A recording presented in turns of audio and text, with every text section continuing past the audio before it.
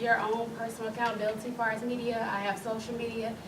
So instead of constantly portraying what the actual overall media shows, I show positivity. I post stuff about my grades. I post stuff about what I'm doing. I post stuff about my community service. I post stuff that's positive. And it shocked me because I never thought that I would be a role model to somebody, but I have girls from so different states that I've never even met will write on my thing or post me up as like my inspiration. Like, and it shocks me because I never thought that I would be anyone's role model or inspiration. So to see them that said, you going this far in education, you know, inspired me to keep going. So I became to take over my own media. So if I put out positive things, I just kept getting followers. I was like, okay, so at least take control of your own media. We can't control a lot of times what's on TV, radio, things like that, but you can control what you put out there. Because sometimes I see people on my timeline, you put the wrong message out there.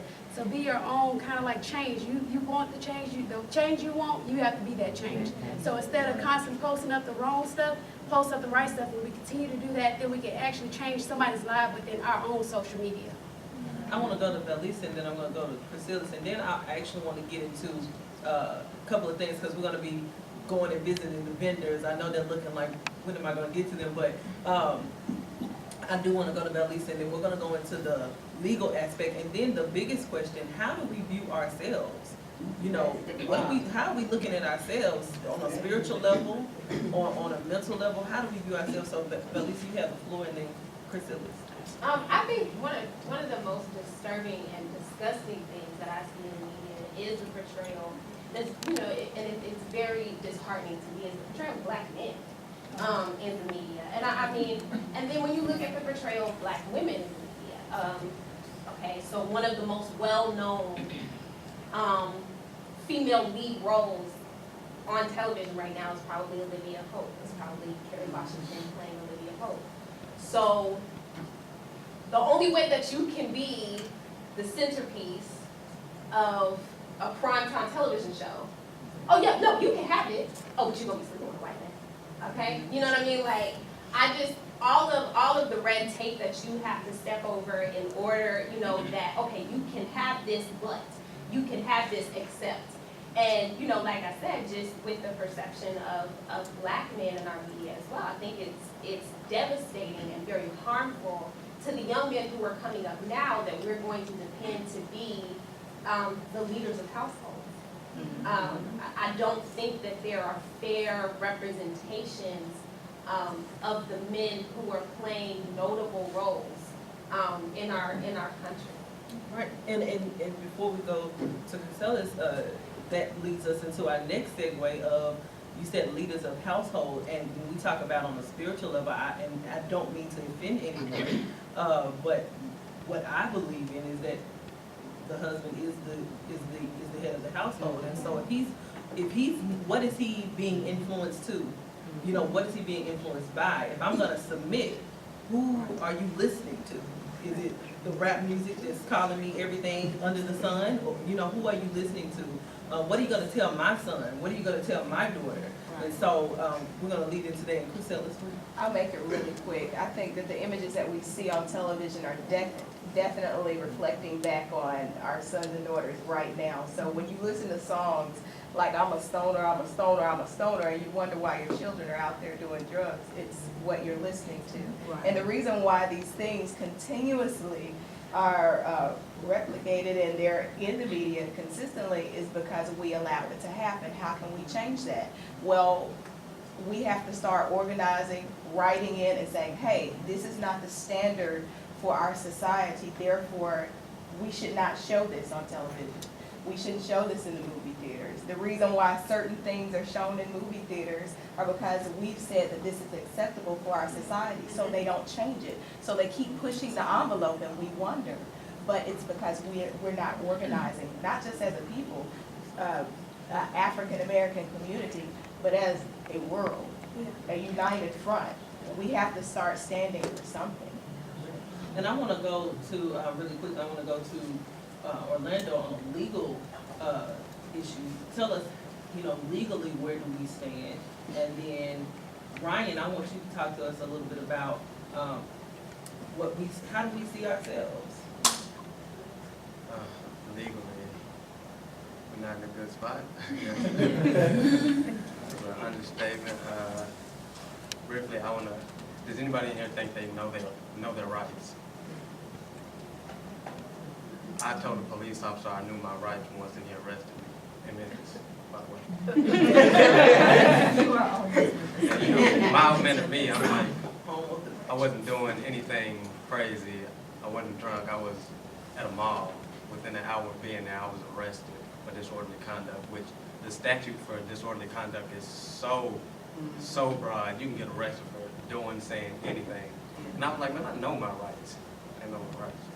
And so I think that's definitely something that no one's just given a book of their rights. No one, you know, knows all the laws. Lawyers, judges, none of us know all the laws, and you have to. It comes back to, for the most part, I think black lawyers, black judges, etc., those people who do have some knowledge of it, to actually go and give back to the community and educate them on it, because it's hard. Everything's so complicated. Your constitutional rights are only to some limit. You have a freedom of speech only to some limit. So no one knows their laws. You have to go out to the Tennessee General Assembly to learn what bills are being passed here.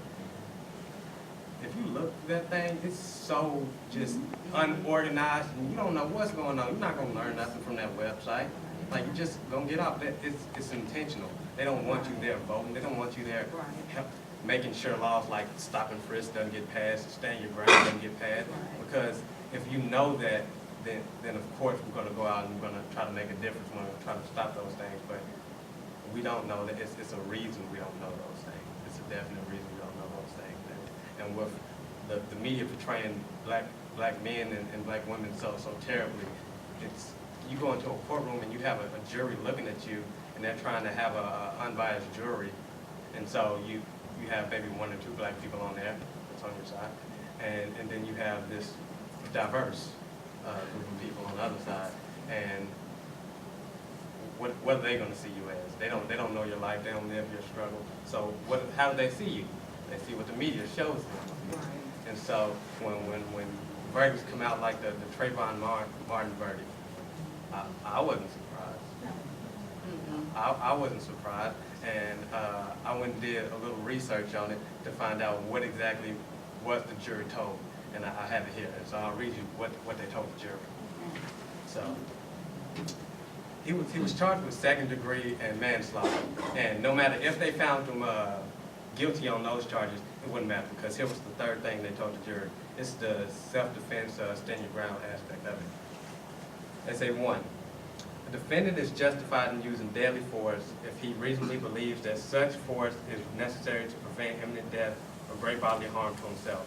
If he reasonably believes that such force is necessary. So it doesn't have to be necessary. He just has to believe it. That's number 1.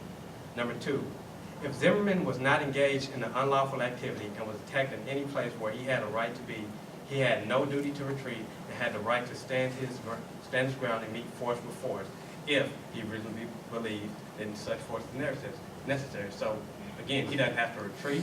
He doesn't have to be attacked. He can stand his ground. 3, if in your consideration of these issues of self-defense, you have a reasonable doubt on the question of whether George Zimmerman was justified in the use of deadly force, you should find George Zimmerman not guilty. 1, they're already telling you what you should find. That's going to seep into your mind. And then 2, all they need is a reasonable doubt. That's it. So if you have the slightest doubt, you have to find him not guilty. Like, after reading that jury selection, there was no way the trial could have came out any other way. That's just it. And that's how our laws are set up. And you know, the court, people can be mad at the court system all they want. They can be mad at the prosecutor. They can be mad at the defendants. But we have to make sure laws like stand your ground are not passed. We have to make sure stop and frisk are not passed. We have to get educated on that. It's just like Senator Bakari Sellers of South Carolina stated, they're making laws while we're sleeping. And he meant that in 2 different ways. While we're sleeping and thinking of other things, they're making and passing laws that we're unaware of. And so it's very important that you educate yourself, like he said, join the General Assembly, go to different outings such as this networking. I mean, you may feel like, what's the importance? You know, why? Because you need to know your rights. If you ever end up in a situation like he was, you know what to tell them.